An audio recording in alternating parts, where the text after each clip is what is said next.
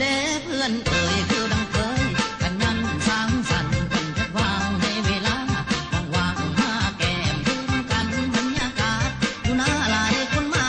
ทั้งเย็นลมเย็นได้พัดผ่านเราเด็กๆอยู่บ้านของแก้มอยู่ทุ่งนาล้อเลียบตามแก้มน้ำแก้มน้องก็มีของกินเป็นอาหารคอยปากกว้างนั่นละโทคามมันเป็นโทมานกันเขาในนามันเป็นโทมานกันเขาในนาจับขึ้นมาใส่กระตาเต็มหาบสาวหน้าผากมาที่หอยอปีแต่นั่งแข็งเป็นของแก้มอย่างดีมันแสบทีนี้หอยจีแก้มเราอาเว้นคอยบ่ายพอในลานดอกซ้อนลำก่อนซ้อนแองลำใส่แขนหน่อยสาวหน่อยนั่งนำทำหน้าที่ที่หอยและขย้อยมาเย็นมินเป็นไรนาทีมีหอยทีอ่อนๆมาก่อนนั่งเฮียง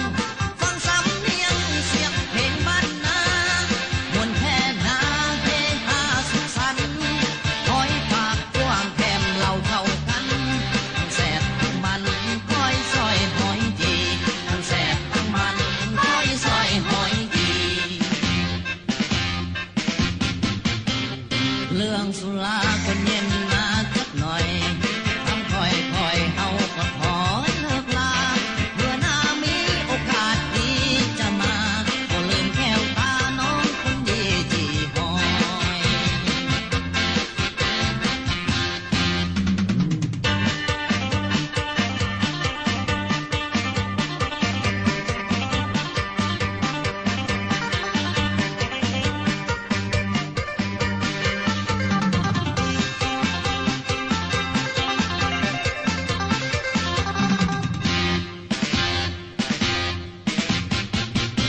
โอเด้เพื่อนเอ่ยคือดังเคยกันนั้นสร้างสรรค์กันจะวางในเวลาว่างๆมาแก้มดื่มกันบรรยากาศอยู่หน้าหลายคนมาทั้งเย็นลมเย็นได้พัดผ่านเราเด็กๆอยู่บ้านของแก้มอยู่ทุ่งนาล้อเลียบตามแก้มน้ำแก้มน้องก็มีของกินเป็นอาหารหอยปากกว้างนั่นละโทคานมันเป็นโทมานกัดพวกเขาในนา